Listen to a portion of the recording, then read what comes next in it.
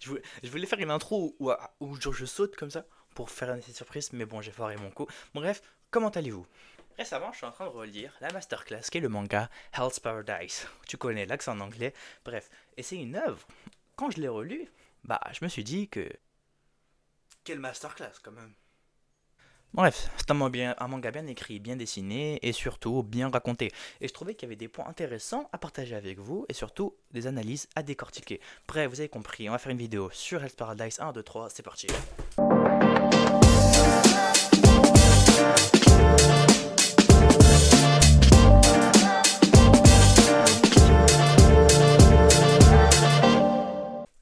Dans le monde impitoyable de Hell's Paradise, 10 condamnés à mort sont envoyés sur une île inconnue où se trouve une élixir permettant de rendre quelqu'un immortel. Immortel? Bon, franchement, est-ce qu'on a envie de devenir immortel dans un endroit où il y a des monstres comme ça, ou alors comme ça, qui veulent juste vous transformer en sushi vivant? Franchement, si l'immortalité me fait ressembler à ça ou à cet homme poisson là, bah merci, mais non merci, ça ne m'intéresse pas, gardez ça pour vous. Bon allez, plus sérieusement, on va dans cette vidéo creuser un peu sur cette obsession qu'a l'être humain à devenir immortel et éternel. Et spoiler alerte, eh bah c'est une très très mauvaise idée. C'est parti! Bon, soyons honnêtes, l'immortalité, c'est tentant. Qui ne rêverait pas d'avoir des vacances illimitées, de ne pas payer de facture, même si l'État vous rattrape tout le temps, ou alors de regarder tous les animés qu'il y a dans votre watchlist? Et oui, je vous vois. Sauf que dans Hell's Paradise, bah, l'immortalité, c'est pas aussi fun. Elle vous rend comme ça. Ouais, les trucs dégueulasses là. Ouais. Franchement, qui voudrait être immortel et ressembler à ça? Look at this dude. Wait till you see the. No, no, no, no. Bon, plus sérieusement, l'œuvre elle nous pose une question qui est très intéressante. Est-ce qu'être immortel signifie vraiment vivre? Et les personnages de Hell's Paradise, bah, ils nous montrent que dans cette quête pour défier la mort, bah, qu'on peut perdre son humanité. Effectivement, nous êtres humains sans cette humanité, bah, on est juste des automates, des robots avec de mauvais liens sociaux, on ne sert à rien. L'œuvre aborde aussi des sujets beaucoup moins marrants, comme la mort. Oui, toi qui regardes cette vidéo la nuit, il est l'heure d'existentialiser. Des, d'ex- d'existentialiser. Effectivement, pourquoi avons-nous tant peur de mourir? Et cette peur de la mort dans Hell's Paradise, elle est omniprésente. Et en effet, c'est une conséquence majeure dans les choix des personnages. Prenez par exemple le personnage principal, Gabimaru. C'est un gars qu'on appelle Gabimaru l'insensible, Gabimaru the Hollow. Donc ce gars, il est insensible, il n'a pas peur de la mort. Mais dès qu'il pense à sa femme, dès qu'on parle de sa femme, bah, le gars devient une boule de stress. Il a peur de mourir, il ne veut pas la laisser seule. Et en fait, ici, c'est pas de la mort qu'il a peur, mais de ce qu'elle va lui enlever. Donc en l'occurrence ici, sa femme qu'il aime tant. Puis il y a Sagiri, la bourreau badass. Elle nous propose une vision qui est différente de celle de Gabimaru. Accepter la mort. En effet, pour elle, c'est seulement en acceptant la mortalité, en acceptant le fait qu'on ne soit pas éternel, que l'on peut pleinement vivre. Et en vrai, bah elle a pas tort. Imaginez vivre sans deadline.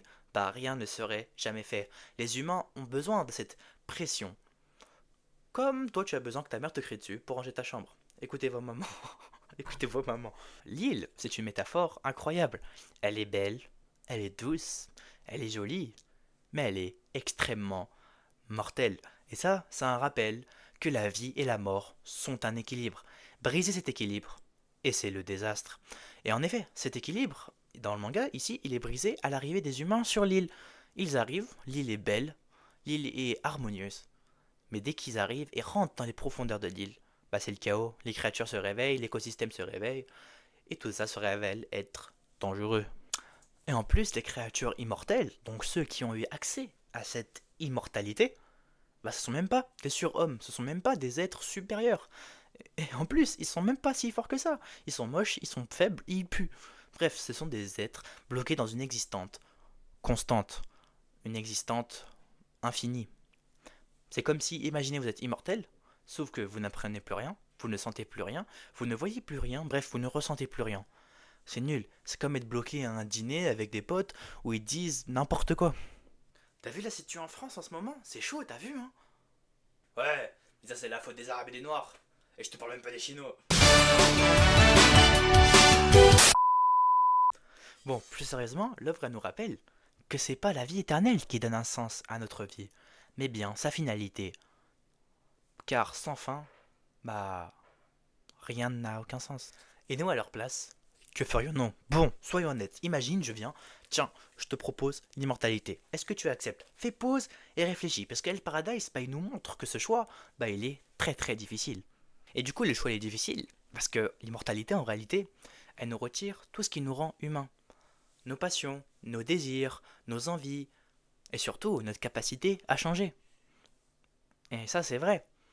À quoi bon vivre si t'as tout le temps du monde? Pourquoi aimer passionnément? Pourquoi évoluer? Pourquoi vivre pleinement? Alors profite chaque instant de ta vie, même si pour nous, bah, c'est scroller sur TikTok. D'ailleurs, en parlant de TikTok, il y a mon TikTok dans la description, allez vous abonner. Et pour conclure, Hell's Paradise, en fait, c'est pas un simple manga, c'est une véritable méditation, une véritable réflexion sur ce qui fait de nous des humains. Et au final, bah, la question, ce n'est pas combien de temps tu vas vivre, mais comment tu vas vivre. Bref, c'est la fin de cette vidéo, j'espère qu'elle vous aura plu. Pour moi, l'analyse est complète, en tout cas tout ce qui parle de immortalité, de vie et de mort. Si vous avez des analyses à rajouter, n'hésitez pas en commentaire, vos avis m'intéressent. Je ferai une vidéo où je réagirai aux commentaires. Bref, voilà, j'espère que ça vous aura plu. N'hésitez pas à vous abonner, le like, etc. Bref, c'était Analyse Jutsu et on se dit à la prochaine. Ciao.